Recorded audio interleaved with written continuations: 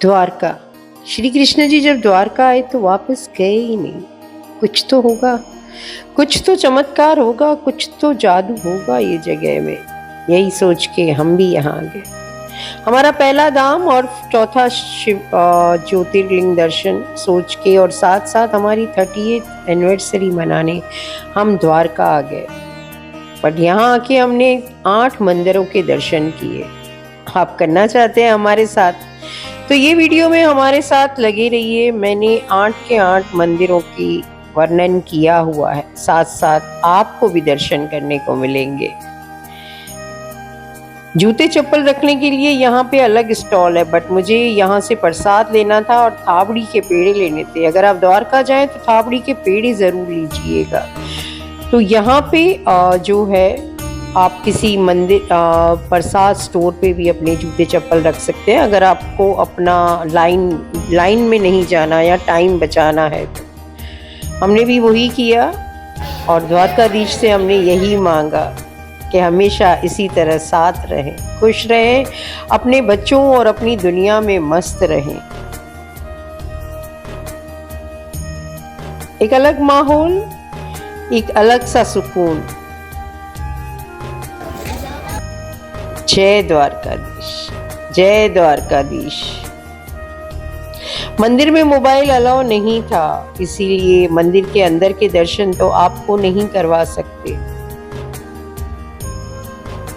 जय द्वारकाधीश।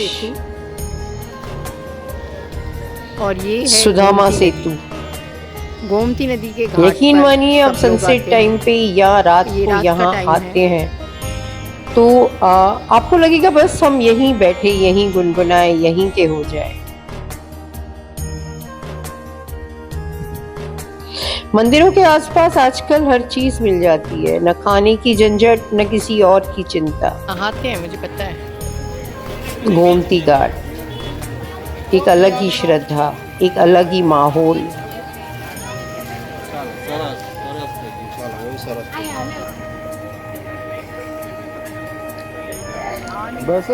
मैं जैसे तैसे करके नीचे तक गई, मुझे जाना ही था।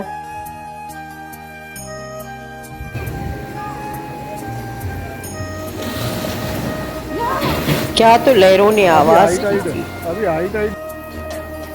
15 रुपए का एक थेपला देती है, पर सच मानिए बहुत ही अच्छे से बनाती है। साथ में इसके मिर्ची का अचार भी है ना आंटी? मिर्ची का अचार भी है, इतना वाला यम्मी। तो अगर आप आते हैं द्वारका और गोमती घाट जाते हैं सुबह के 5:30-6 बजे भी, तो आप यहाँ पे ठेपले ज़रूर ट्राई कीजिए।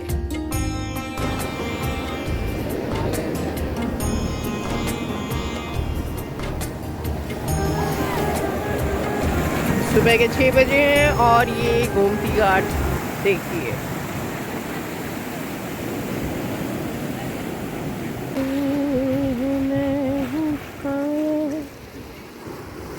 तू न हो तो मैं कहाँ, मुझे प्यार करने वाले तू जहाँ है मैं वहाँ हूँ।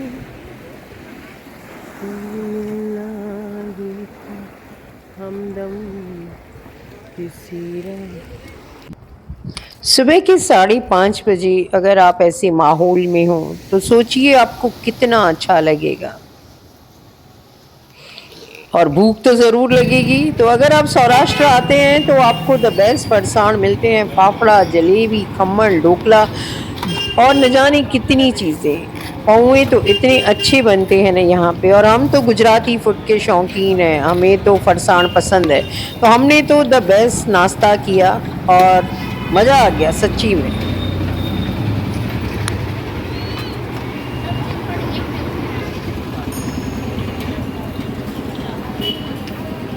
अगर हम कहीं घूमने जा रहे हैं और वहाँ 2 व्हीलर की रेंटल की फैसिलिटी है तो हमारी फर्स्ट चॉइस वही होती है, क्योंकि टू व्हीलर पे किसी भी सिटी को, नए सिटी को या नई एरिया को जो है वो एक्सप्लोर करने में मज़ा ही अलग है। जब आपके पास आपका टू व्हीलर होता है तो आप जहाँ चाहें वहाँ जा सकते हैं, जहाँ चाहें जितनी देर रुक सकते हैं, और यकीन मानिए टू व्हीलर का जो है ना एक अलग ही एक्सपीरियंस रहता है। जैसे ऐसे लगता है हम फिर से जवान हो गए, फिर से स्कूल कॉलेज पहुँच गए और बस हाईवे पे भागते रहो। और कहा जाता है कि रुक्मणी देवी मंदिर की अगर आप ये फायदा करेगा आप। रुक्मणी देवी मंदिर के अगर आपने दर्शन ना किए तो द्वारका के दर्शन आपके अधूरे हैं। हमें अधूरे नहीं रखने थे, हमने दर्शन कर लिए।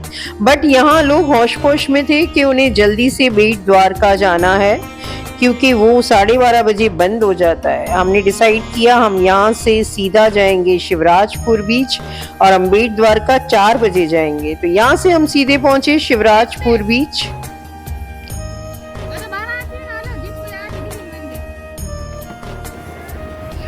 क्या बीच था, सच में इतना खूबसूरत बीच है गुजरात के पास। गुजरात टूरिज्म को इस पे काम करना चाहिए। एकदम ब्लू बीच, फॉरेन कंट्री जैसा, इतना अच्छा, इतना साफ बीच, और इसका पानी जैसे एकदम इतना साफ लगा था ना कि मैं आपसे क्या ही बताऊं। ये बीच इतना बड़ा था जिसका एक हिस्सा एकदम शांत था, जहाँ पे वाटर स्पोर्ट एक्टिविटीज़ नहीं थी और शूटिंग के लिए ये बेस्ट जगह थी। और दूसरा जो था इसका एरिया, आप सीधे सीधे शोर से चलते जाएं तो वाटर स्पोर्ट एक्टिविटीज़ आपको वहाँ पे दिखेंगी। 7-8 हज़ार का जो वॉक होता है ना वो यहाँ पे आपका फुलफिल हो जाएगा, क्योंकि इतना बड़ा ये है।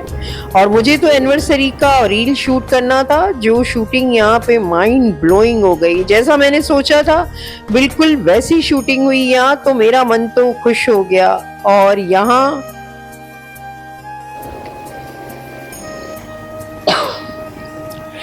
वाटर स्पोर्ट एक्टिविटीज सारी अवेलेबल है, आपको जो भी चाहिए। यहाँ से हम चल पड़े नागेश्वर।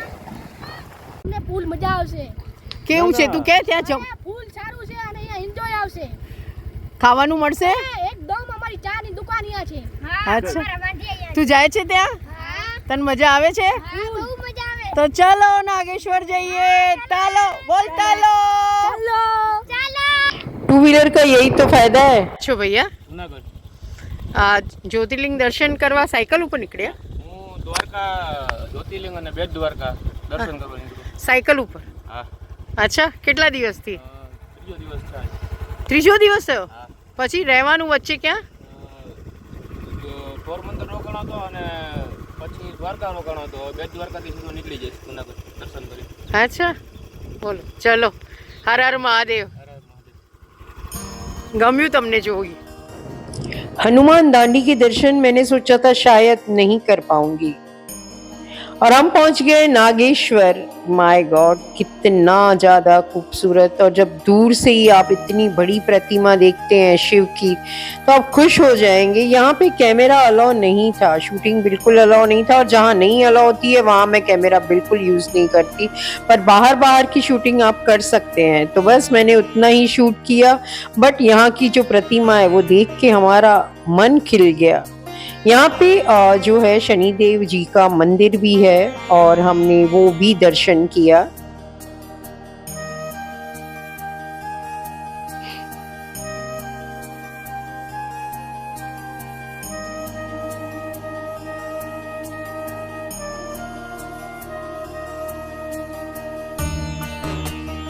जय शनिदेव जी।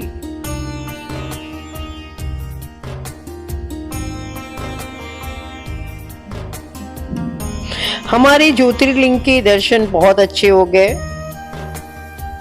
अगर आप द्वारका आए हैं और आप चाहते हैं शांति के कुछ पल अच्छे से व्यतीत करना तो फिर गोपी तालाब आ जाइए। यहाँ पे गोपी तालाब की जो कहानी है वो तो बहुत बड़ी है। मैं सिर्फ आपसे इतना ही बताऊंगी कि यहाँ पे जो सुकून है, शांति है, वो आपको कहीं नहीं दिखेगी। मैं दिखाती हूँ आपको गोपी तालाब शॉर्ट में।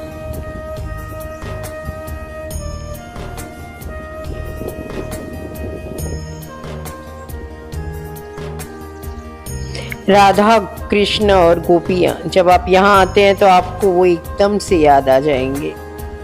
श्री कृष्ण जी जब मथुरा से आए थे तो वो यहाँ से वापस गए ही नहीं, और उनका जो अंतिम श्वास की कहानी है वो आपको बालका तीर्थ पे जाके पूरी दिखेगी, पूरी सुनाई देगी, महसूस होगी।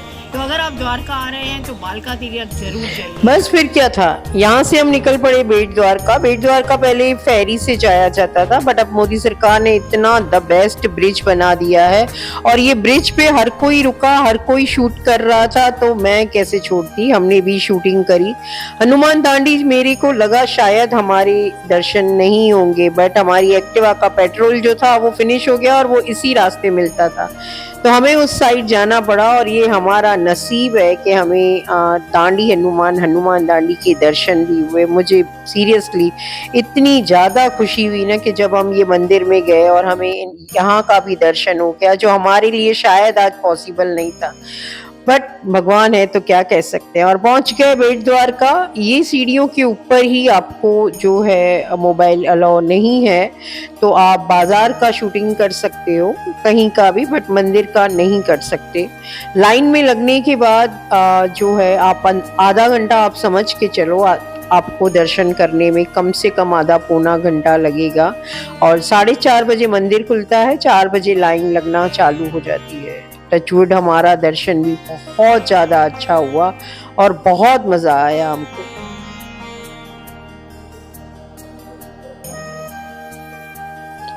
पहले इन्हीं फेरी से जाया जाता था, वहां सोने की द्वारका भी है, आप जरूर देखिएगा।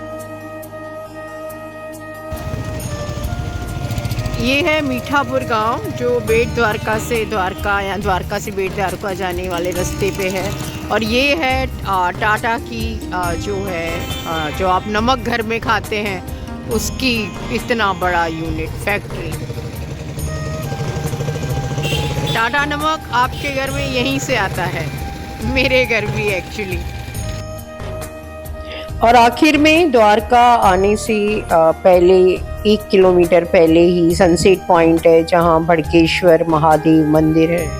और जब आप ये सनसेट पॉइंट देखते हैं तो मैं क्या कह सकती हूँ, आप महसूस करेंगे तब आपको पता चलेगा। और भड़केश्वर महादेव मंदिर इतना बड़ा शिवलिंग, आँखों से जब आप देखते हैं, पास जाते हैं, तो वो एक अलग ही अलौकिक आनंद है। कुछ चीज़ें यूट्यूबर नहीं बता सकते, कुछ चीज़ें कोई वर्णन नहीं कर सकता, कुछ चीज़ों का महसूस करना ही बहुत बड़ा, जो कहते हैं ना, एक सुख होता है। और मेरे ख्याल से सफ़र चाहे मंजिल कोई भी हो, अगर आपका हम सफ़र, आपका साथी अगर सही है, अच्छा है, मज़ेदार है, तो आपके लिए हर सफ़र सुहाना बन जाएगा। और बस हमारे साथ भी यही है, हमें हमारा हर सफ़र सुहाना बन जाता है और हमें पता ही नहीं चलता कि हम कब गए, कब हम वापस आए। हर हर महादेव।